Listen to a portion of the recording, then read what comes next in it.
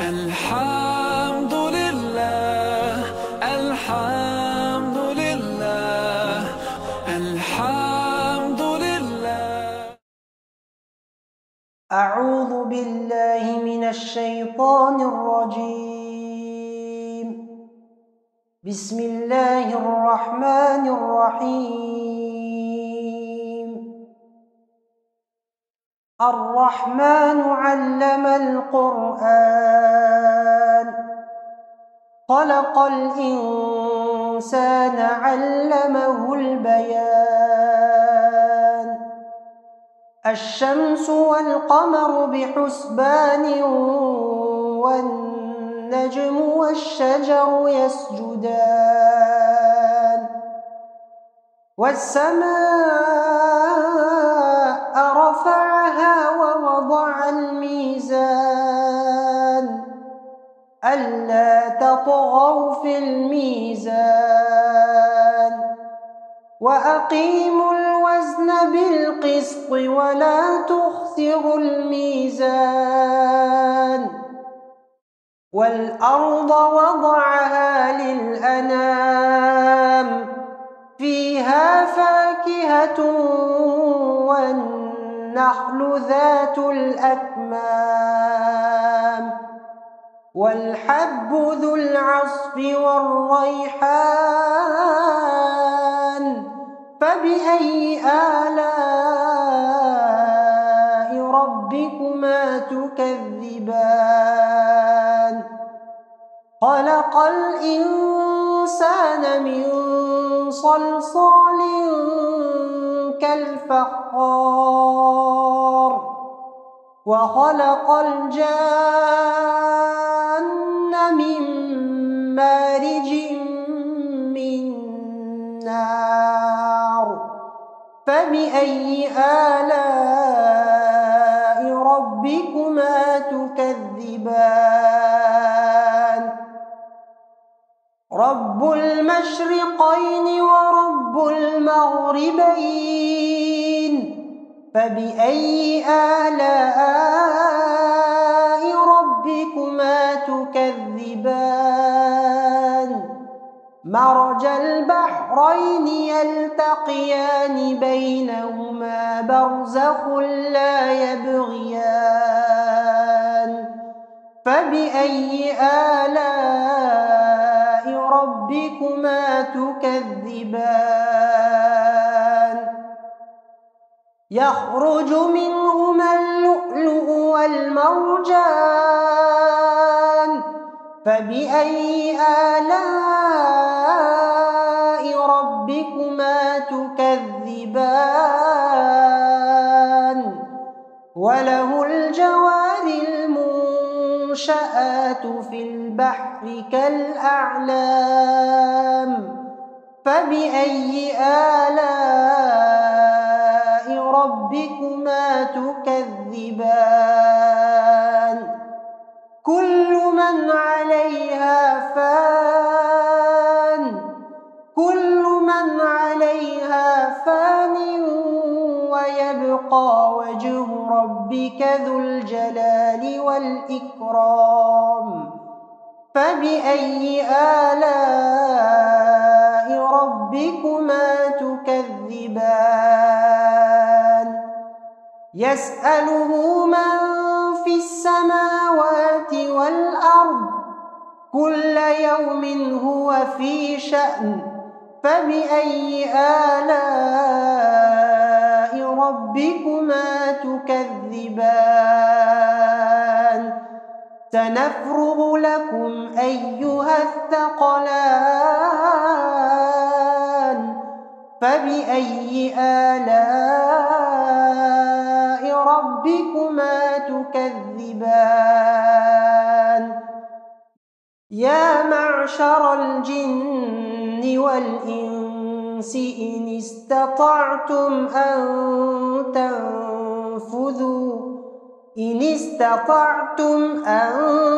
تنفذوا من أقطار السماوات والأرض فانفذوا لا تنفذون إلا بسلطان. سلطان فبأي آلاء ربكما تكذبان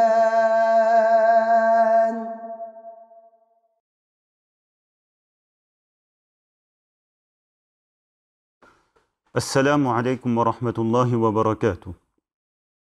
الحمد لله وكفى وسلام على عباده الذين اصطفى أما بعد.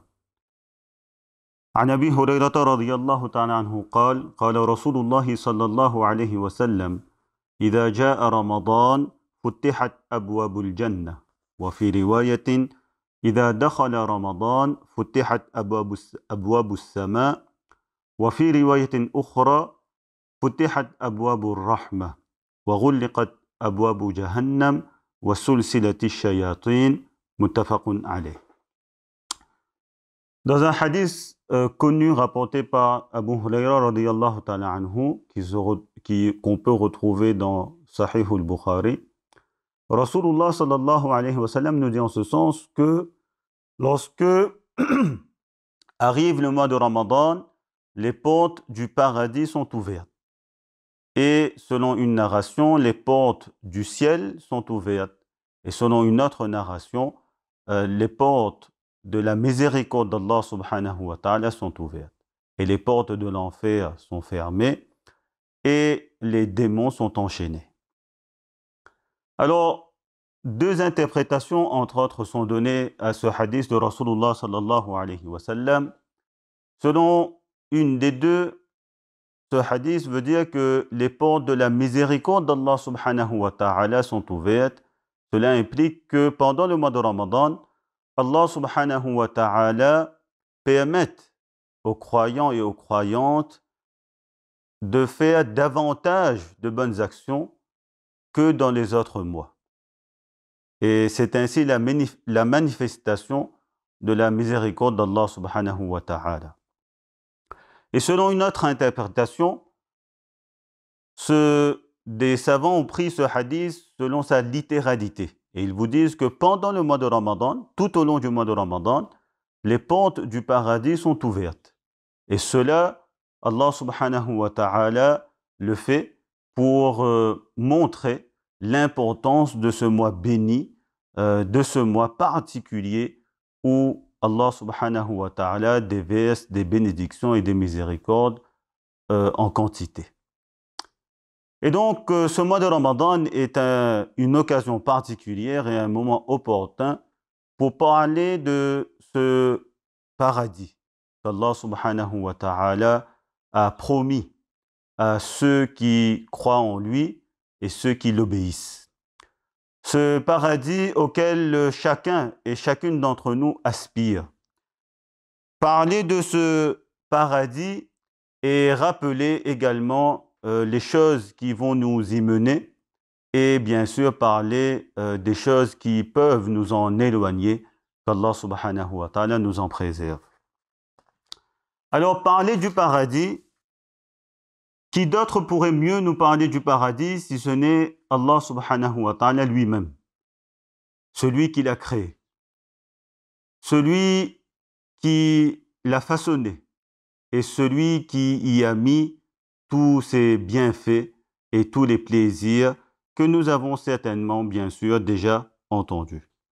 À travers le Coran, Allah subhanahu wa ta'ala, dans différents passages du Coran, il nous décrit les délices, les plaisirs qui attendent celui qui a cru en lui et celui qui a agi selon ses commandements. D'ailleurs, dans ce mois de Ramadan, beaucoup d'entre nous lisent le Coran, écoutent le Coran, révisent le Coran, et beaucoup de fois, nous passons par ces passages et par ce verset en particulier, ou ce bout de verset, si on pourrait dire, où Allah subhanahu wa ta'ala nous dit « Jannatin tajri min tahtiha al-anhar » des jardins au pied desquels ou sous lesquels coulent des rivières, des ruisseaux. Alors, quand on lit le Coran, quand on écoute et quand on révise pour les huffaz, alors ces passages reviennent énormément. C'est pour nous dire combien Allah subhanahu wa ta'ala nous a parlé dans son Coran et à travers sa parole de ce paradis. Et Allah subhanahu wa ta'ala nous parle souvent du paradis, du Jannah, des Jannat et des jardins du paradis, pour créer en nous cet enthousiasme, un enthousiasme et l'envie de tout faire pour en jouir dans notre vie future qui nous attend. Vous pensez bien qu'on ne pourra pas citer tous les versets qui traitent du paradis dans ces quelques minutes. Mais Inch'Allah ta'ala, on espère pouvoir vous donner quelques extraits, quelques passages du Coran qui nous détaillent et qui nous décrivent les délices et les plaisirs du paradis. Dans Surat al-Dukhan, dans le 25e juz, selon Mufti Shafi' rahimahullah, un célèbre commentateur du Coran, à travers son tafsir Ma'arif al-Quran, il nous dit qu'il y a un court passage de quelques versets qui nous résume très bien les principaux plaisirs et les principaux bienfaits qu'Allah subhanahu wa ta'ala a réservés pour les gens du paradis. Alors, un lieu de vie et un cadre de vie extraordinaire, agréable, paisible, de beaux vêtements qui impliquent également la beauté physique des personnes donc, qui vont porter ces beaux vêtements, donc la beauté de toutes parts. Ensuite, une agréable compagnie, une nourriture succulente, exquise, parfaite et la garantie, bien sûr, que cela ne s'arrêtera jamais et que les bienfaits du paradis sont éternels et pour toujours, pour l'infini. Allah subhanahu wa ta'ala nous dit donc dans Surat al-Dukhan, A'udhu billahi minash shaitanir rajim, bismillahir rahmanir rahim, Innal muttaqina fi maqamin amin, fi jannatin wa uyun, yalbasuna min sundusin wa istabraqin mutaqabilin, كذلك وزوجناهم بحور عين يدعون فيها بكل فاكهة آمنين لا يذوقون فيها الموت إلا الموتة الأولى ووقاهم عذاب الجحيم فضلا من ربك ذلك هو الفوز العظيم. Allah subhanahu wa ta'ala nous dit en ce sens que les pieux seront dans une demeure sûre parmi les jardins et des sources. Ils porteront des vêtements de satin et de soie, de brocart. Mutaqabilin, ils seront face à face. C'est ainsi que nous leur donnerons pour épouse des femmes aux grands yeux. Ils y demanderont en toute quiétude toutes sortes de fruits. Ils n'y goûteront pas à la mort sauf leur mort première. Et Allah subhanahu wa ta'ala les protégera du châtiment de la fournaise. C'est là la grâce de ton Seigneur, c'est là l'énorme succès. Donc dans ce verset, Allah subhanahu wa ta'ala nous dit que les pieux seront fi maqamin amin, dans une demeure sûre, parmi les jardins et les sources, donc un cadre et un lieu de vie agréable. Yalbasuna min sundusin wa istabraqin mutaqabilin, ils porteront des vêtements raffinés, ils seront face à face, donc ça veut dire qu'ils pourront discuter avec les autres personnes du paradis. Et Allah subhanahu wa ta'ala formera des couples, donc une bonne compagnie. Ils auront des fruits à profusion, en toute quiétude, donc une bonne nourriture. Et bien sûr, ils ne goûteront plus à la mort et ils auront l'éternité devant eux. Alors, ces bienfaits qu'Allah subhanahu wa ta'ala il a résumés dans ces versets nous sont également détaillés ailleurs dans d'autres endroits du Coran. Par exemple, pour le cadre de vie, l'environnement qui va entourer le Jannati, celui qui sera dans le paradis, Allah subhanahu wa ta'ala nous dit ailleurs dans Surat al-Saf وَيُدْخِلْكُمْ جَنَّاتٍ تَجْرِي مِنْ تَحْتِهَا الْأَنْهَارُ وَمَسَاكِنَ طَيِّبَةً فِي جَنَّاتِ عَدْنٍ. Allah subhanahu wa ta'ala les fera entrer dans des jardins sous lesquels coulent des ruisseaux et dans des demeures agréables dans les jardins de l'Éden. Ailleurs, Allah subhanahu wa ta'ala nous dit dans Surah Al-Zumar, لكن الذين اتقوا ربهم لهم غرف من فوقها غرف مبنية تجري من تحتها الأنهار. Pour ceux qui auront craint leur Seigneur, ils auront pour demeure des ghuraf, on peut traduire par des étages ou des appartements ou des demeures, au-dessus desquels d'autres étages, d'autres demeures. C'est-à-dire donc qu'il y aura des demeures à étages, des villas, on pourrait dire, sous lesquelles couleront des ruisseaux. Et donc, dans ces versets, nous voyons bien que Allah subhanahu wa ta'ala accordera aux gens du paradis de belles demeures, entourées de jardins et de rivières, avec la quiétude, la sérénité, la sécurité. Allah subhanahu wa ta'ala nous dit « Fi maqamin amin » la sécurité. Donc ce n'est pas comme ici-bas, dans ce monde, où quelqu'un il peut posséder beaucoup d'argent et donc de belles demeures, une grande villa, mais malheureusement, quelquefois, à cause de l'insécurité, il peut se retrouver à l'intérieur de cette belle maison et de cette belle demeure, entouré du confort et de tout le confort qu'il pourrait avoir sur terre, mais avec un cœur qui n'est pas en paix, un cœur qui est inquiet, et donc ce n'est pas, bien sûr, le bonheur. Ensuite, on disait, deuxième chose qu'Allah subhanahu wa ta'ala nous dit dans ces versets, c'est qu'Allah subhanahu wa ta'ala il nous dit qu'ils seront habillés de vêtements raffinés, de beaux vêtements. Et bien sûr, cela va de pair avec une beauté physique également. Allah subhanahu wa ta'ala va donner aux hommes et aux femmes du paradis une beauté qui dépasse notre imagination. Abu Huraira radiyallahu ta'ala anhu nous dit donc que Rasulullah sallallahu alayhi wa sallam nous dit que le premier groupe qui entrera au paradis aura une telle beauté, la beauté de leur visage sera comme la pleine lune. Voilà une petite idée de la beauté qu'Allah subhanahu wa ta'ala accordera aux personnes du paradis. Dans un hadith rapporté par Anas radiyallahu ta'ala anhu, Rasulullah sallallahu alayhi wa sallam nous dit, en parlant de la beauté des femmes également du paradis, وَلَوْ أَنَّ امْرَأَةً مِّن نِّسَاءِ أَهْلِ الْجَنَّةِ طَلَعَتْ إِلَى الْأَرْضِ لَأَضَاءَتْ مَا بَيْنَهُمَا وَلَمَلَأَتْ مَا بَيْنَهُمَا رِيحًا وَلَنَصِيفُهَا عَلَى رَأْسِهَا خَيْرٌ مِّنَ الدُّنْيَا وَمَا فِيهَا رواه البخاري.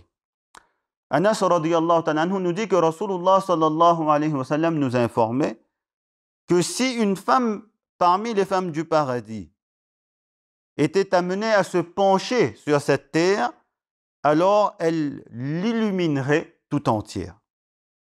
Et elle parfumerait la terre entière. Son parfum sera tel qu'elle parfumera la terre entière. Et le voile sur la tête d'une femme du paradis est meilleur que ce monde et tout ce que ce monde pourrait contenir, en valeur et en beauté. Et donc, on voit bien que le paradis, il n'y aura que de la beauté, donc beauté des personnes, beauté des habits et bien sûr beauté autour de ces mêmes personnes. Non seulement il y aura de la beauté, mais Allah subhanahu wa ta'ala, il va faire de sorte que cette beauté sera croissante et va augmenter. Rasulullah sallallahu alayhi wa sallam nous le dit dans un hadith rapporté par Anas radiyallahu ta'ala anhu, Inna fil jannati lasuqan ya'tunaha kulla jumu'ah fatahubbu rihu shimal fatahsu fi wujuhihim wa thiyabihim fayazdaduna husnan wa jamalan فيرجعون إلى أهلهم وقد ازدادوا حسنا وجمالا فيقول لهم أهلهم والله لقد ازددتم بعدنا حسنا وجمالا فيقولون وأنتم والله لقد ازددتم بعدنا حسنا وجمالا رواه مسلم. Rasulullah sallallahu alayhi wa sallam nous dit que dans le paradis, il y aura un marché. Les gens y viendront, les personnes du paradis y viendront tous les Jumu'ah, ou alors selon une interprétation, une fois par semaine. Et le vent du nord y soufflera. Alors selon les commentateurs, ils vous disent que chez les Arabes, c'était le vent qui emmenait la pluie. Donc, le vent du nord y soufflera et ce vent parfumera les visages et les vêtements des gens du paradis. Et ils augmenteront en beauté. Ils vont ensuite retourner chez eux alors qu'ils ont augmenté, qu'Allah subhanahu wa ta'ala, il a augmenté leur beauté. Et retournant chez eux, les personnes qui les attendent chez elles diront que vous avez augmenté en beauté. Et eux, ils diront à leur tour que vous également, vous avez augmenté en beauté. Et donc, on voit que cette beauté qu'Allah subhanahu wa ta'ala il va accorder aux personnes du paradis, c'est une beauté qui augmentera de jour en jour. On disait donc qu'un lieu et un cadre de vie paisible, agréable, extraordinaire. Ensuite, la beauté qu'Allah subhanahu wa ta'ala il va accorder, une beauté exceptionnelle accordée. Il n'y aura pas donc à se regarder tous les matins dans le miroir pour voir si est-ce qu'il y a un petit défaut. On n'aura pas à se soucier de nos rides qui commencent à apparaître avec des crèmes pour les atténuer ou les faire disparaître. On n'aura pas besoin de toutes ces choses-là. Ce sera une beauté exceptionnelle et éternelle. Ensuite, dans ces mêmes versets, Allah subhanahu wa ta'ala il nous dit وَزَوَّجْنَاهُمْ بِحُورٍ عِينٍ. Allah subhanahu wa ta'ala fera de sorte que les hommes et les femmes du paradis seront en couple avec tous les plaisirs que cela implique. Allah subhanahu wa ta'ala nous dit, on peut rappeler également que dans l'interprétation de ce verset, وَزَوَّجْنَاهُمْ بِحُورٍ عِينٍ, les commentateurs nous disent qu'il y aura il y a deux possibilités. Soit Allah subhanahu wa ta'ala en disant que nous leur donnerons des épouses, ça peut vouloir dire qu'ils seront en couple, et selon certains, ça peut même vouloir dire que Allah subhanahu wa ta'ala les mariera, c'est-à-dire qu'Allah subhanahu wa ta'ala fera le nikah de ces personnes dans le paradis. Ailleurs, Allah subhanahu wa ta'ala nous dit dans Surat Al-Zukhruf ادخلوا الجنة أنتم وأزواجكم تحبرون يطاف عليهم بصحاف من ذهب وأكواب وفيها ما تشتهيه الأنفس وتلذ الأعين وأنتم فيها خالدون. Allah subhanahu wa ta'ala nous dit qu'il sera dit aux gens du paradis, entrez au paradis avec vos épouses, vous y serez fêtés. On fera circuler parmi eux des plats d'or et des coupes. Il y aura là pour eux tout ce qu'ils peuvent désirer et tout ce qui réjouit les yeux. Et vous y demeurerez éternellement. Donc Allah subhanahu wa ta'ala fera entrer les personnes du paradis avec les hommes du paradis, avec leur épouse. Ailleurs, Allah subhanahu wa ta'ala nous dit que dans Surat At-Tur, وَالَّذِينَ آمَنُوا وَاتَّبَعَتْهُمْ ذُرِّيَّتُهُمْ بِإِيمَانٍ أَلْحَقْنَا بِهِمْ ذُرِّيَّتَهُمْ وَمَا أَلَتْنَاهُمْ مِنْ عَمَلِهِمْ مِنْ شَيْءٍ. Et dans un autre verset, Allah subhanahu wa ta'ala nous dit dans Surat Ar-Ra'd جَنَّاتُ عَدْنٍ يَدْخُلُونَهَا وَمَنْ صَلَحَ مِنْ آبَائِهِمْ وَأَزْوَاجِهِمْ وَذُرِّيَّاتِهِمْ وَالْمَلَائِكَةُ يَدْخُلُونَ عَلَيْهِمْ مِنْ كُلِّ بَابٍ سَلَامٌ عَلَيْكُمْ بِمَا صَبَرْتُمْ فَنِعْمَ عُقْبَى الدَّارِ.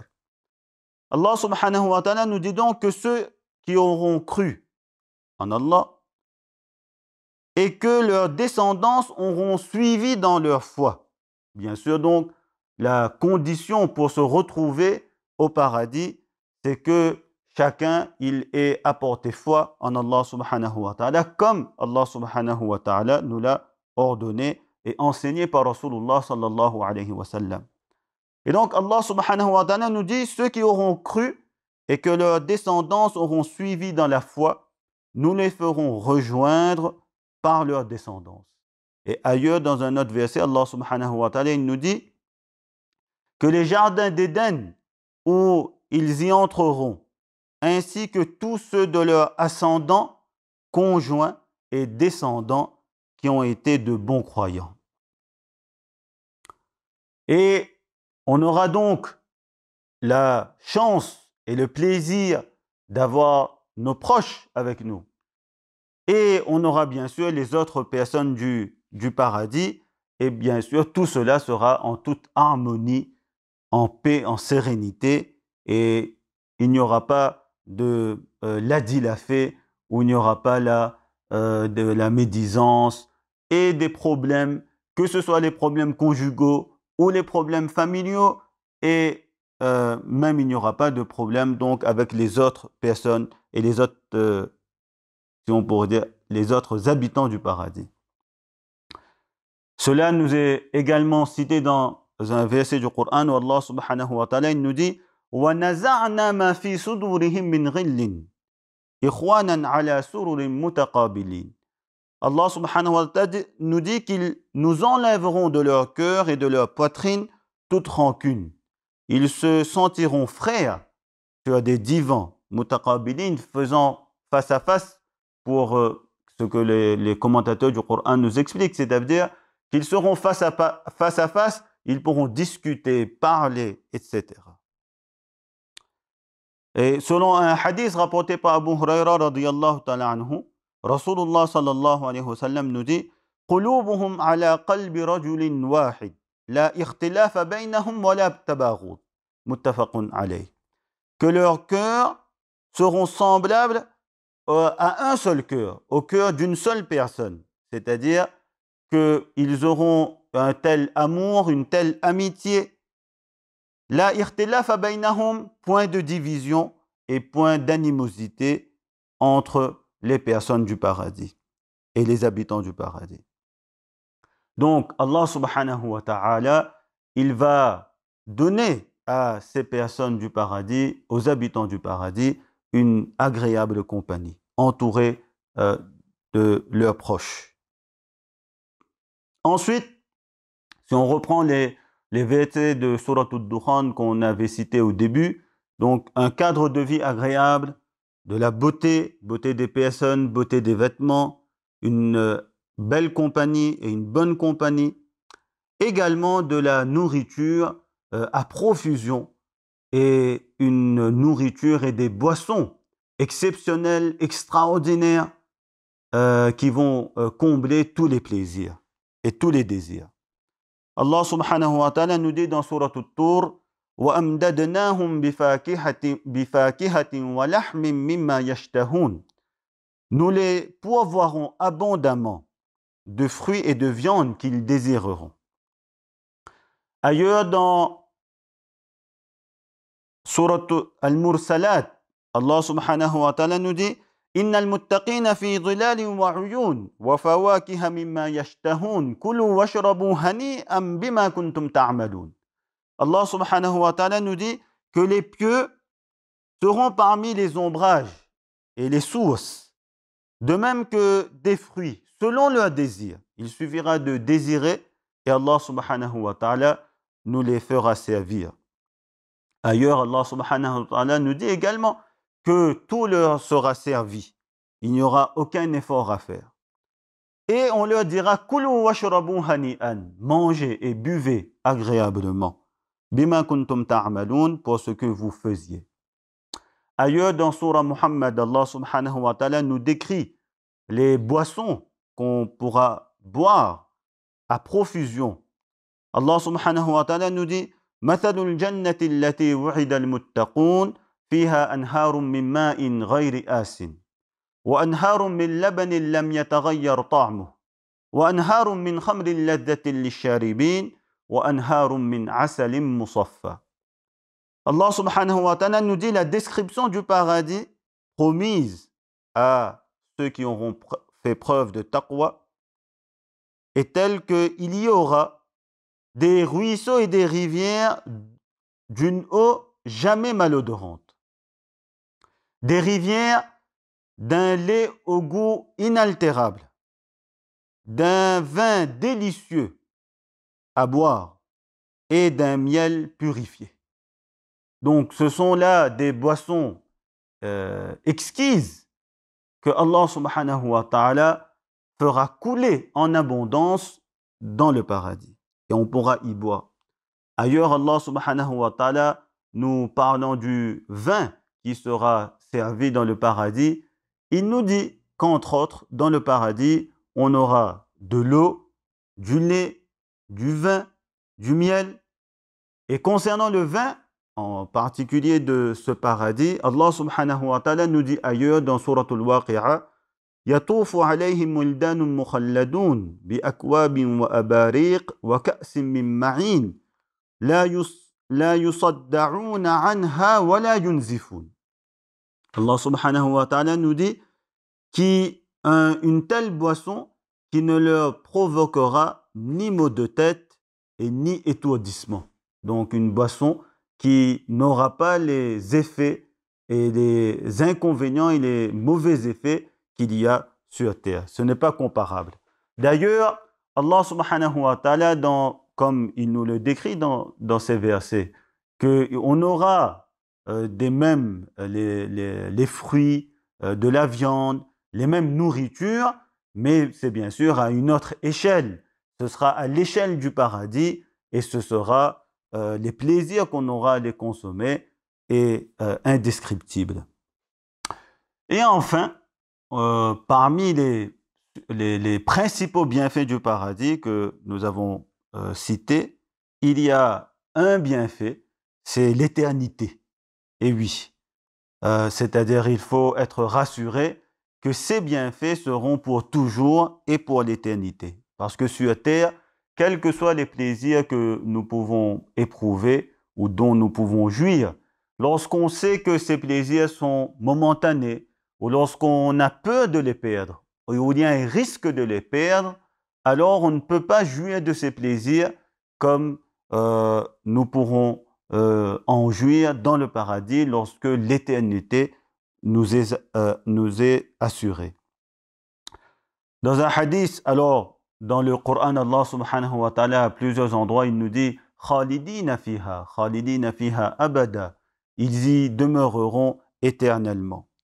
Dans un hadith rapporté par Abu Huraira radiyallahu ta'ala anhu, Rasulullah sallallahu alayhi wa sallam nous dit que قال ينادي مناد إن لكم أن تصحوا فلا تسقموا أبدا وإن لكم أن تحيوا فلا تموتوا أبدا وإن لكم أن تشبوا فلا تهرموا أبدا وإن لكم أن تنعموا فلا تبأسوا أبدا رواه مسلم. Rasulullah sallallahu alayhi wa sallam nous dit que lorsque on accédera au paradis, un ange va annoncer que vous jouirez d'une éternelle santé et vous ne serez jamais plus malade. Vous y vivrez éternellement, vous n'allez jamais mourir. Vous jouirez d'une jeunesse éternelle, vous n'allez jamais vieillir.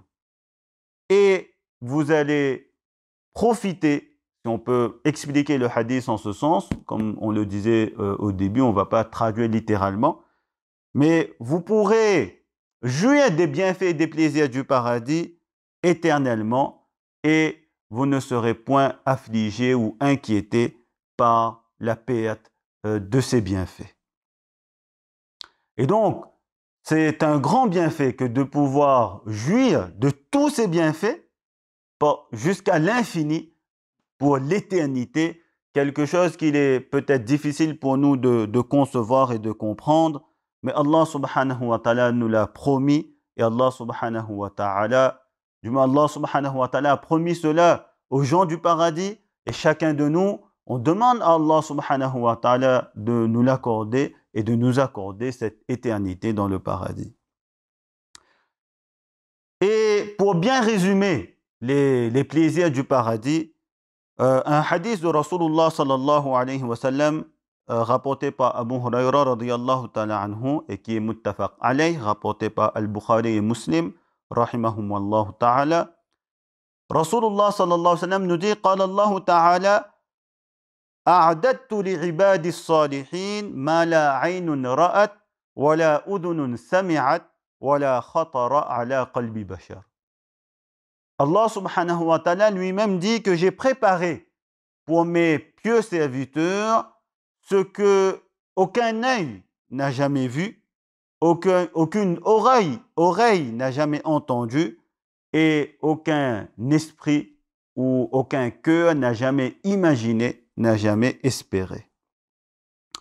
Voilà donc un bref extrait ou un échantillon de ce que Allah subhanahu wa ta'ala il a préparé pour les gens du paradis et les habitants du paradis.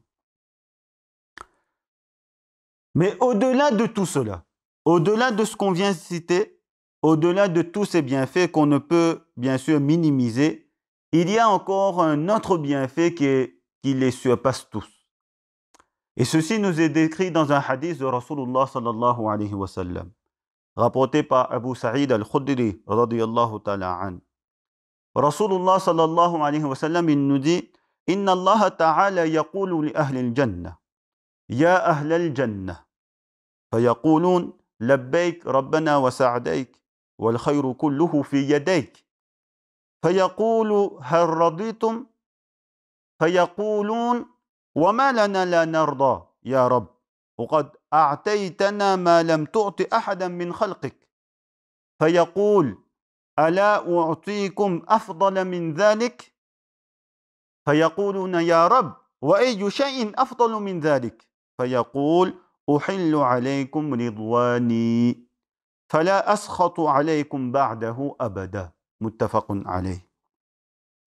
Rasulullah sallallahu alayhi wa sallam nous dit en ce sens que Allah subhanahu wa ta'ala s'adressera aux gens du paradis et il va les interpeller en disant ô habitants du paradis, ils diront nous voilà, nous sommes présents, nous sommes à l'écoute.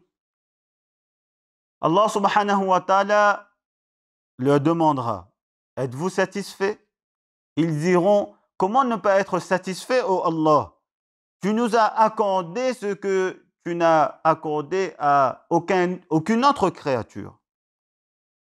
Alors Allah subhanahu wa ta'ala dira ne vous donnerai-je pas quelque chose de meilleur, de mieux encore? Alors ils diront ô Allah, ô notre Seigneur, y aurait-il quelque chose de meilleur que ça? De meilleur que le paradis, de meilleur que ce que tu nous as donné, de tous les plaisirs qu'on vient de citer? Alors Allah subhanahu wa ta'ala dira Uhillu alaykum ridwani. Je vous ai accordé, je vous ai donné, j'ai fait descendre sur vous ma satisfaction. Je vous ai accordé mon agrément, mon plaisir, et je ne serai jamais en colère contre vous. Et c'est ça que Rasulullah sallallahu alayhi wa sallam nous dit, que ce qui va surpasser tous les autres bienfaits du paradis, c'est qu'Allah subhanahu wa ta'ala accordera aux habitants du paradis sa satisfaction. Quelque chose qu'on ne peut décrire, qu'on ne peut expliquer. Ailleurs, Allah subhanahu wa ta'ala lui-même, il nous dit dans le Coran وَعَدَ اللَّهُ الْمُؤْمِنِينَ وَالْمُؤْمِنَاتِ جَنَّاتٍ تَجْرِي مِنْ تَحْتِهَا الْأَنْهَارُ خَالِدِينَ فِيهَا وَمَسَاكِنَ طَيِّبَةً فِي جَنَّاتِ عَدْنٍ وَرِضْوَانٌ مِّنَ اللَّهِ أَكْبَرُ ذَلِكَ هُوَ الْفَوْزُ الْعَظِيمُ. Allah subhanahu wa ta'ala nous dit que Allah a promis aux croyants et aux croyantes des jardins sous lesquels coulent des ruisseaux et des rivières. Ils y demeureront éternellement, des demeures excellentes dans les jardins d'Éden. Et la satisfaction d'Allah est plus grande encore. C'est ce qu'Allah subhanahu wa ta'ala il va accorder aux gens du paradis. Ailleurs, Allah subhanahu wa ta'ala nous dit dans Suratul Bayyinah, Lam yakunil ladina kafaru, cette surah est connue. جزاؤهم عند ربهم جنات عدن تجري من تحتها الأنهار خالدين فيها أبدا رضي الله عنهم ورضوا عنه ذلك لمن خشي ربه. Allah subhanahu wa ta'ala nous dit que leur récompense sera auprès de leur Seigneur des jardins d'Éden sous lesquels coulent des ruisseaux. Ils y demeureront éternellement pour l'éternité. Et Allah subhanahu wa ta'ala sera satisfait d'eux et ils seront satisfaits et contents d'Allah subhanahu wa ta'ala. Ceci est pour celui qui a craint son Seigneur. Et donc, Allah subhanahu wa ta'ala, il accordera sa satisfaction, chose à laquelle chacun de nous, il aspire. Allah subhanahu wa ta'ala accordera son ridwan, son rida, son agrément aux gens du paradis et il annoncera aux gens du paradis qu'il sera satisfait et content d'eux. Et ce bienfait énorme sera accompagné du summum, si on peut le dire ainsi, si on peut le qualifier ainsi. Ce summum qui nous est à la fois expliqué par Rasulullah sallallahu alayhi wa sallam, il nous dit إذا دخل أهل الجنة الجنة يقول الله سبحانه وتعالى تريدون شيئا أزيدكم فيقولون ألم تبيض وجوهنا ألم تدخلنا الجنة وتنجنا من النار قال فيرفع الحجاب فينظرون إلى وجه الله فما أعطوا شيئا أحب إليهم من النظر إلى ربهم ثم تلا للذين أحسنوا الحسنى وزيادة رواه مسلم. Suhaib radiyallahu ta'ala anhu nous dit que Rasulullah sallallahu alayhi wa sallam nous dit que lorsque les gens du paradis, les habitants du paradis entreront au paradis, Allah subhanahu wa ta'ala leur dira: voudriez-vous quelque chose de supplémentaire? Alors ils diront: ô notre Seigneur, en ce sens, n'as-tu pas rendu nos visages brillants? N'as-tu pas blanchi nos visages? Est-ce que tu ne nous as pas fait entrer au paradis et tu nous as épargné, ne nous as-tu pas épargné du feu de l'enfer? En ce sens que tu nous as déjà tout donné. Qu'est-ce qu'on pourrait espérer de supplémentaire et davantage? Alors, le Rasulullah sallallahu alayhi wa sallam nous dit que le voile sera levé et les gens du paradis pourront contempler la face d'Allah subhanahu wa ta'ala. Et rien de plus cher ne leur sera accordé. Et ensuite, Rasulullah sallallahu alayhi wa sallam, il a lu ce verset: لِلَّذِينَ أَحْسَنُوا الْحُسْنَى وَزِيَادَةً, pour ceux qui auront bien œuvré, Allah subhanahu wa ta'ala leur accordera al-husna, en ce sens le paradis, waziyada est quelque chose de supplémentaire. Et donc les ulama nous disent que waziyada, ça désigne cette ru'yatullah, cette contemplation d'Allah subhanahu wa ta'ala. Donc chaque croyant et chaque croyante aura cet immense plaisir de contempler la face d'Allah subhanahu wa ta'ala. Celui qu'ils ont adoré, obéi, évoqué, ils ont pris son nom des milliers de fois. Ils ont dit Subhanallah, Alhamdulillah, Allahu Akbar. Ils l'ont invoqué, supplié. Ils ont lu sa parole, écouté sa parole, mémorisé sa parole. Ils ont toujours souhaité le voir et le contempler. Ils ont consacré une vie entière à rechercher son plaisir. Et lorsqu'ils l'ont désobéi, alors ils se sont accourus pour lui demander pardon et pour se faire pardonner leurs manquements, leur désobéissance et leurs péchés. Celui-là qu'ils auront adoré toute une vie entière, Allah subhanahu wa ta'ala enlèvera le voile et Allah subhanahu wa ta'ala leur accordera ce plaisir immense de pouvoir le contempler. On ne peut décrire, on ne peut même pas imaginer cela, mais qu'Allah subhanahu wa ta'ala nous l'accorde et qu'Allah subhanahu wa ta'ala nous fasse profiter de cette contemplation-là qu'Allah subhanahu wa ta'ala accordera et réservera donc aux gens du paradis. Ça, c'est le summum et c'est entre autres, pourquoi donc il y a bien sûr les autres bienfaits, on le disait, mais chacun de nous, on aspire, on souhaite et on a ce désir ardent au plus profond de notre cœur de pouvoir contempler notre Seigneur et notre Créateur dans ce paradis, incha'Allah ta'ala. Et voilà le but et l'objectif, le principal pour lequel chacun de nous, on doit faire des efforts et pour mener une vie qui soit conforme au plaisir d'Allah subhanahu wa ta'ala pour pouvoir ensuite profiter de ce plaisir, de cet honneur et de ce grand cadeau qu'Allah subhanahu wa ta'ala réservera uniquement aux gens du paradis. Et cela nous permet de voir et de rappeler brièvement, là également, on n'a pas le temps d'entrer dans les détails, mais cela nous permet de faire cette transition et de voir qu'est-ce qui va nous mener vers ce paradis et qu'est-ce qui va nous éloigner de ce paradis. Chacun de nous le sait. On peut le résumer de cette manière aussi simple que c'est croire en Allah subhanahu wa ta'ala et l'obéir. Et ne pas croire en Allah subhanahu wa ta'ala comme il le veut et le désobéir va nous éloigner du paradis.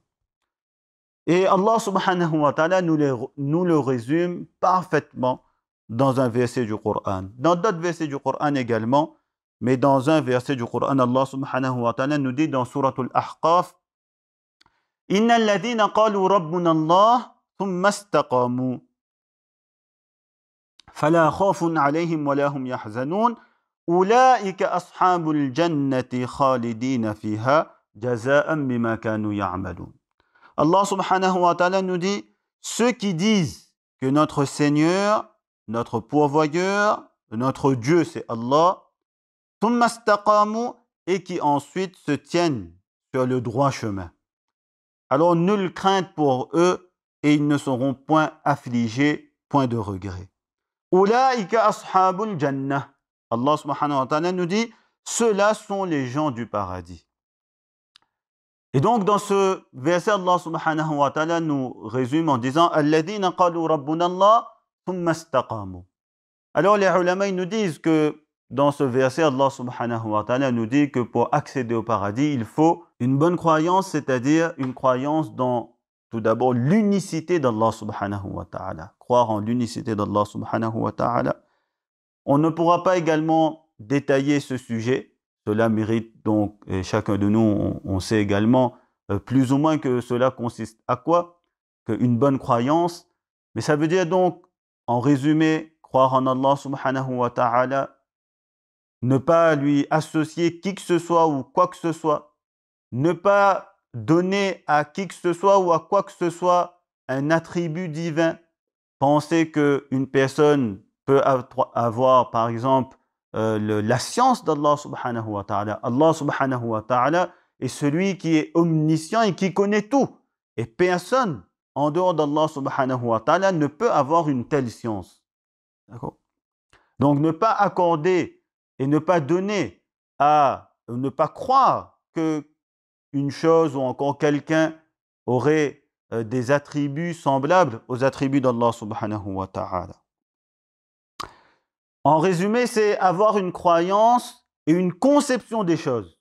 Une conception des choses également qui soit conforme au Coran et à la Sunna, à nos deux sources de référence. Une croyance qui soit conforme à ce que Allah subhanahu wa ta'ala nous dit dans le Coran et une croyance qui soit également conforme aux enseignements de Rasulullah sallallahu alayhi wa sallam. Et comme cela nous a été expliqué par nos savants, par nos pieux prédécesseurs, une croyance donc conforme à la tradition d'interprétation de nos sources et des enseignements de Rasulullah sallallahu alayhi wa sallam. On connaît, ici à La Réunion notamment, on connaît Iman Mujmal, Iman Mufassal, la foi en résumé et la foi en détail. Amantu billahi kama huwa bi asma'ihi wa sifatihi wa qabiltu jami'a ahkami. Que je crois en Allah subhanahu wa ta'ala, j'ai apporté foi en Allah subhanahu wa ta'ala comme il est, avec ses noms et ses attributs, et j'ai accepté, j'adhère, je suis prêt à suivre tous les ordres d'Allah subhanahu wa ta'ala et les commandements d'Allah subhanahu wa ta'ala. Ensuite, si je n'y arrive pas, je demande pardon et je me repens, mais je suis prêt quand même à me soumettre aux ordres d'Allah subhanahu wa ta'ala et ce que Rasulullah sallallahu alayhi wa sallam nous a enseigné. Donc une bonne croyance, une bonne conception des choses, conforme au Coran et à la Sunna, et également une bonne pratique, une vie qui soit cadré selon les ordres d'Allah subhanahu wa ta'ala toujours et les enseignements de Rasulullah sallallahu alayhi wa sallam. Allah subhanahu wa ta'ala nous dit Thumma istaqamu. Selon une interprétation de istiqama, ici dans ce verset, faite par Abu Bakr radiyallahu ta'ala anhu, entre autres, c'est istaqamu ala tawhid, qu'ils restent fermes sur leur croyance et cette unicité d'Allah subhanahu wa ta'ala. Ils sont constants et fermes dans leur iman et dans leur croyance en Allah subhanahu wa ta'ala. Et selon une autre interprétation faite par Ibn Abbas radiyallahu ta'ala anhuma, ainsi que Hassan al-Basri rahimahullah, c'est istaqamu ala ta'atillah wa fara'idih. C'est-à-dire qu'ils sont constants dans l'obéissance d'Allah subhanahu wa ta'ala et ils suivent les commandements d'Allah subhanahu wa ta'ala. C'est ce que dans beaucoup d'autres versets du Coran, Allah subhanahu wa ta'ala, il nous dit Alladhina amanu wa amilu salihat.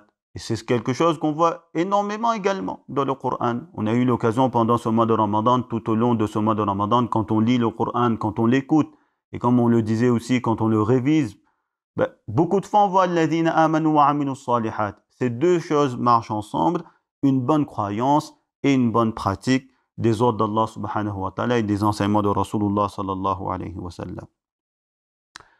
Et à titre d'exemple, vous avez cette sourate qui est connue, Wal Asr, Innal insana lafi qusr, illa alladhina amanu wa amilu salihat. Allah subhanahu wa ta'ala, il nous dit, il jure par le temps que c'est l'être humain, il va à sa perte. C'est-à-dire qu'il va vers l'échec. C'est qu'il n'aura rien obtenu de sa vie, de ce capital qu'Allah subhanahu wa ta'ala. Il a tout perdu de son capital vie, si on pourrait dire, illa alladhina amanu wa amilu salihat, sauf ceux qui ont cru et qui ont fait des bonnes actions.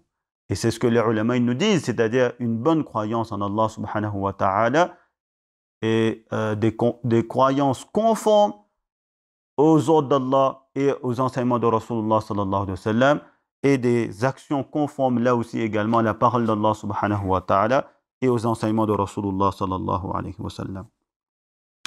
Alors, sans entrer dans les détails, quelles sont les actions et les bonnes actions que nous pouvons faire? Alors, déjà, donner priorité aux obligations. Donner priorité à ce que Rasulullah sallallahu alayhi wa sallam il nous a enseigné comme étant les choses principales et les obligations qui nous incombent de la part d'Allah subhanahu wa ta'ala. Alors, quand on dit donner priorité aux obligations, aux choses obligatoires, cela ne veut pas dire délaisser les choses non obligatoires. Mais cela veut dire que accorder une attention particulière aux choses obligatoires et surtout faire tout pour ne rien négliger concernant nos obligations envers Allah subhanahu wa ta'ala et même les choses obligatoires envers les créatures d'Allah subhanahu wa ta'ala. À titre d'exemple, vous avez un passage connu dans le début de Suratul Mu'minun où Allah subhanahu wa ta'ala il nous dit قَدْ أَفْلَحَ الْمُؤْمِنُونَ الَّذِينَ هُمْ فِي صَلَاتِهِمْ خَاشِعُونَ وَالَّذِينَ هُمْ عَنِ اللَّغْوِ مُعْرِضُونَ وَالَّذِينَ هُمْ لِلزَّكَاةِ فَاعِلُونَ. Et Allah subhanahu wa ta'ala poursuit en disant أُولَٰئِكَ هُمُ الْوَارِثُونَ الَّذِينَ يَرِثُونَ الْفِرْدَوْسَ.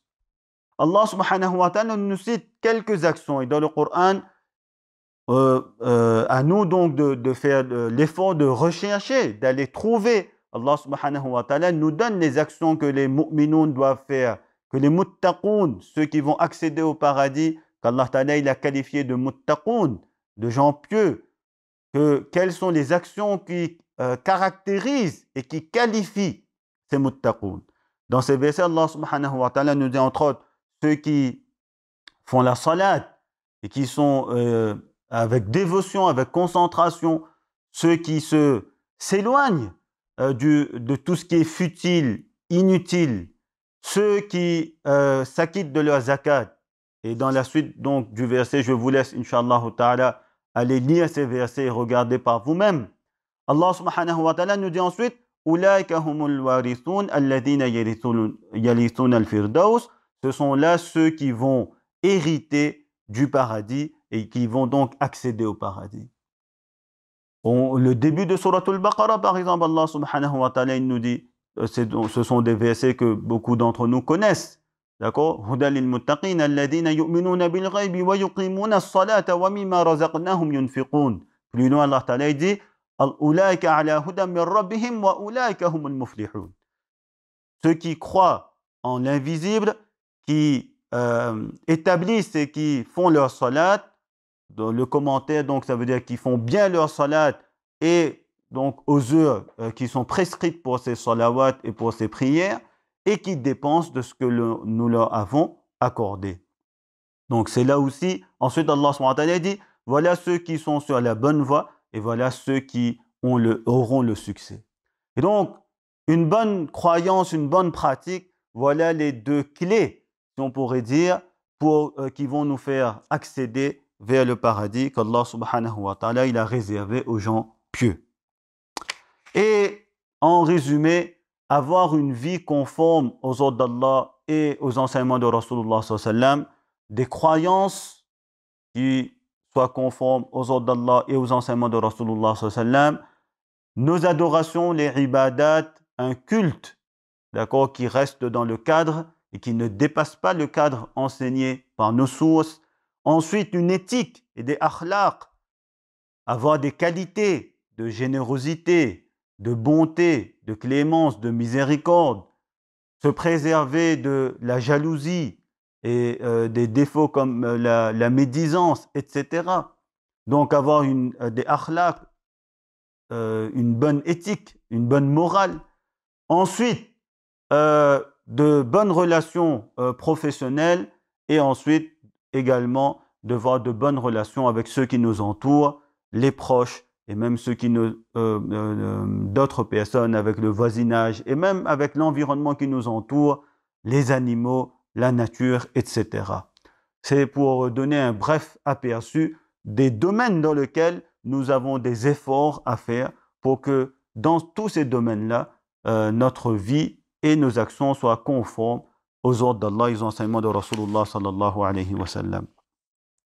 Et bien sûr, par opposition à cela, qu'est-ce qui nous éloigne de ce paradis? Alors, c'est le kufr. C'est ne pas croire comme Allah subhanahu wa ta'ala le veut.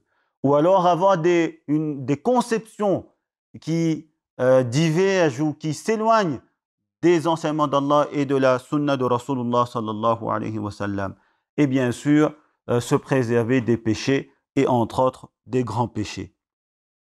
Là aussi, on ne pourra pas citer tous les grands péchés ou citer donc faire une liste de ce qui pourrait nous éloigner. On est obligé de rester dans le résumé et dans les choses essentielles et les choses principales. Alors, pour ne citer que, il y a Abdullah ibn Amr radiyallahu ta'ala anhu nous dit que Rasulullah sallallahu alayhi wa sallam nous dit que les kaba'ir, les grands péchés sont, entre autres, l'associationnisme, mal agir envers ses parents, ne pas respecter les droits de ses parents et assassiner quelqu'un, tuer quelqu'un injustement. Et dans une riwaya rapportée par Anas radiyallahu ta'ala anhu, également le faux témoignage, mentir. Ce sont des péchés qui font partie des grands péchés et auxquels nous devons faire très attention et nous devons nous en éloigner le plus possible. Ailleurs, Rasulullah sallallahu alayhi wa sallam nous dit dans un hadith connu, Ijtanibu sab'a al-mubiqat, éloignez-vous, restez écartés et loin des 7 destructrices. Les sahaba radiyallahu ta'ala anhum ajma'in demandaient quelles sont-elles, quelles sont ces choses qui détruisent. Alors, Rasulullah sallallahu alayhi wa sallam, il a dit en ce sens, l'associationnisme, la sorcellerie, tuer injustement, consommer l'argent de l'intérêt et voler ou abuser les biens d'un orphelin. Et la suite du hadith donc est également connue. Et cela est rapporté par Al-Bukhari et Muslim, rahimahumallahu ta'ala. Et dans un hadith, Rasulullah sallallahu alayhi wa sallam nous dit également, lorsqu'il décrit les scènes de l'au-delà, Rasulullah sallallahu alayhi wa sallam nous dit que ceux qui auront péché, les croyants et les croyantes qui auront péché, alors ils seront retenus et ils ne pourront pas accéder au paradis dès le début ou au tout début. Rasulullah sallallahu alayhi wa sallam nous dit que ces gens-là, lorsqu'ils vont traverser le pont au-dessus du feu de l'enfer, ce pont qui est connu comme étant le Sirat, alors ils seront happés et ils vont tomber dans le feu de l'enfer. Et qui voudrait passer ne serait-ce une seconde dans le feu de l'enfer? Qu'Allah subhanahu wa ta'ala nous en préserve. Ce n'est pas le sujet d'aujourd'hui, parler de l'enfer. Aujourd'hui, on parle du paradis. Mais il ne faut pas oublier que l'enfer existe également. Et d'ailleurs, Allah subhanahu wa ta'ala dans le Coran, souvent lorsqu'il nous parle du paradis, il nous parle également du feu de l'enfer. Autant il veut susciter en nous l'enthousiasme et l'envie de tout faire pour partir et arriver jusqu'au paradis, autant Allah subhanahu wa ta'ala, il veut nous mettre en garde et il veut nous faire craindre cet enfer que Allah subhanahu wa ta'ala, il a préparé pour ceux qui ne croiront pas en lui et ceux qui vont le désobéir. Et d'ailleurs, Rasulullah sallallahu alayhi wa sallam, juste à titre d'exemple, Rasulullah sallallahu alayhi wa sallam nous dit « Narukum juz'un min sab'ina juz'an min nari jahannam » Rawahu al-Bukhari. Que votre feu, le feu d'ici-bas, en ce sens que le feu d'ici-bas n'est qu'un 70e du feu de l'au-delà. Et là aussi, les ulama nous disent que c'est pour nous dire que le feu de l'enfer, c'est plusieurs fois et 70 fois supérieur. À nous de faire le calcul du feu d'ici-bas, que sa chaleur est de combien de degrés. Si on multiplie cela, alors quelle température et quelle intensité de ce feu qu'Allah subhanahu wa ta'ala nous en préserve. Donc on disait, personne ne veut passer ne serait-ce une seconde ou un centième de seconde dans ce lieu-là, un lieu de châtiment, de supplice, de regret, qu'Allah subhanahu wa ta'ala nous en préserve. Et donc Rasulullah sallallahu alayhi wa sallam nous dit que فَيَمُرُّ الْمُؤْمِنُونَ كَطَرْفِ الْعَيْنِ وَكَالْبَرْقِ وَكَالرِّيحِ وَكَالطَّيْرِ وَكَأَجَاوِيدِ الْخَيْلِ وَالرِّكَابِ فَنَاجٌ مُسَلَّمٌ وَمَخْدُوشٌ مُرْسَلٌ وَمَكْدُوسٌ فِي نَارِ جَهَنَّمَ. Rasulullah sallallahu alayhi wa sallam nous dit que les croyants vont traverser le pont au-dessus du feu de l'enfer. Et selon les commentateurs de ce hadith, ils vous disent, en expliquant le hadith, qu'en fonction du niveau de leur action, certains traverseront comme à la vitesse de l'éclair, d'autres à la vitesse du vent, d'autres à la vitesse d'un oiseau, etc. Ensuite, Rasulullah sallallahu alayhi wa sallam nous dit qu'il y aura ceux qui seront épargnés et qui pourront traverser donc de manière en toute quiétude, en toute sérénité, ils pourront traverser ce pont. D'autres seront blessés, mais au final épargnés. Blessés ailleurs, Rasulullah sallallahu alayhi wa sallam nous dit blessés par des crochets qui viendront du feu de l'enfer. Donc blessés, mais finalement épargnés. Et malheureusement, il y aura également ceux qui seront poussés et jetés dans le feu de l'enfer. Et les ulama, ils nous disent qu'à cause de leur péché, alors ils vont tomber et ils vont passer un séjour selon leur péché, selon la quantité de leur péché, ils vont passer un séjour dans le feu de l'enfer pour ensuite être purifiés de ces péchés-là et accéder par la suite dans le paradis et dans les jardins du paradis. Rasulullah sallallahu alayhi wa sallam nous dit même que ces gens-là, par la suite, ils vont sortir carbonisés, noirs, qu'Allah subhanahu wa ta'ala nous en préserve. Et donc on disait, et on a donné cela à titre d'exemple, que les péchés, si quelqu'un il désobéit à Allah subhanahu wa ta'ala, notamment par les grands péchés, comme on disait, ne pas faire les choses qui sont obligatoires, on parlait de l'obligation de la salat, on parlait donc de l'obligation de la zakat. Si quelqu'un ne s'acquitte pas de ses obligations, il s'expose au châtiment du feu de l'enfer. Et on doit donc faire très attention et faire son maximum pour se préserver des péchés. Et lorsque quelqu'un fait un péché ensuite, la porte n'est pas fermée. Allah subhanahu wa ta'ala, il a laissé la porte du tawbah ouverte. Et d'ailleurs, le mois de Ramadan est une occasion propice pour nous pour demander à Allah subhanahu wa ta'ala de nous pardonner tous nos péchés, de nous pardonner nos manquements, nos erreurs, et de demander à Allah subhanahu wa ta'ala la possibilité de mener une vie qui soit conforme à ce qu'il souhaite, à ce qu'il veut de nous, et pouvoir ainsi accéder au paradis qu'Allah subhanahu wa ta'ala il a réservé aux pieux, aux croyants et aux croyantes.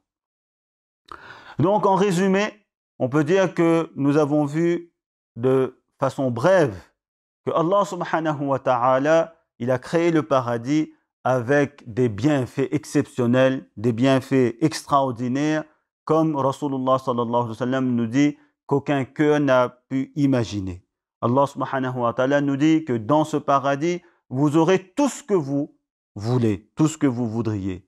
Et au-delà et au summum de ces bienfaits du paradis, Allah subhanahu wa ta'ala il a réservé pour ceux qui ont cru en lui, qui l'ont obéi, Allah subhanahu wa ta'ala il a réservé ce bienfait de pouvoir le contempler. Et on a vu également que si on veut accéder à ce paradis, qu'est-ce qui nous mène vers ce paradis? C'est avoir de bonnes croyances et suivre les ordres d'Allah subhanahu wa ta'ala, comme cela nous a été enseigné par Rasulullah sallallahu alayhi wa sallam. Garder comme référence et comme référent le Coran et la Sunna, la parole d'Allah subhanahu wa ta'ala et les enseignements de Rasulullah sallallahu alayhi wa sallam. Et si on veut être écarté, éloigné du feu de l'enfer, alors à ce moment-là, on doit se préserver de toute déviance, de toute croyance erronée et de toute conception qui va à l'encontre du Coran et de la Sunna.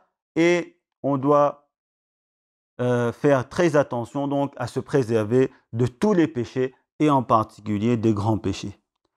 Alors, bien sûr, il n'est pas nécessaire de rappeler que Rasulullah sallallahu alayhi wa sallam nous a dit dans un hadith connu rapporté par Al-Bukhari rahimahullah que « Lan yudkhila ahadan minkum amaluhu al-jannah » قالوا ولا أنت يا رسول الله قال ولا أنا إلا أن يتغمدني الله منه بفضل ورحمة. Que personne d'entre vous n'accédera au paradis par ses actions. Alors, les Sahaba radiyallahu anhum ajma'in, ils ont posé la question à Rasulullah sallallahu alayhi wa sallam, pas même toi ya Rasulallah, pas même toi au messager d'Allah. Alors Rasulullah sallallahu alayhi wa sallam, il a dit, pas même moi, si ce n'est que Allah subhanahu wa ta'ala, si ce n'est que cette personne qu'Allah ta'ala enveloppera de sa clémence et de sa bonté et de sa miséricorde. C'est-à-dire que l'accès au paradis n'est accordé que par le fadl et la bonté, la clémence d'Allah subhanahu wa ta'ala.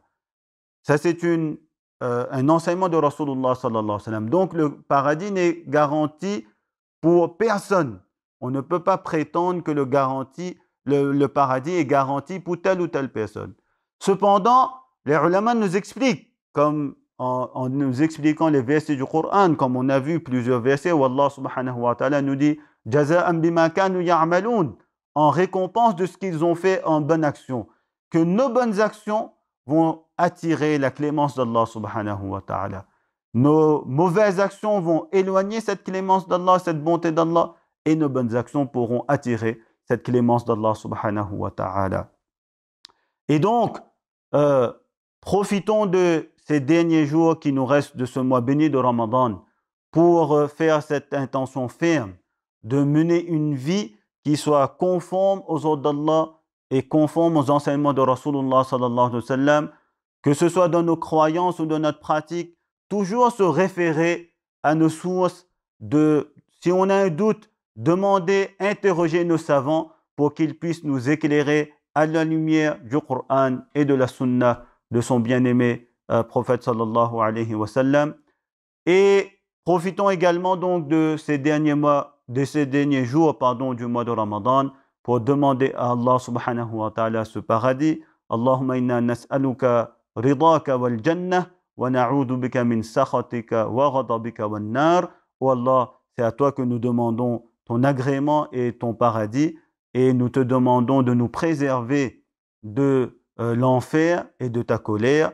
Et profitons donc de ces derniers jours pour demander à Allah subhanahu wa ta'ala qu'il nous permette de mener une vie, c'est-à-dire le reste de l'année et toute une vie entière, dans son obéissance et qu'il nous protège de sa désobéissance.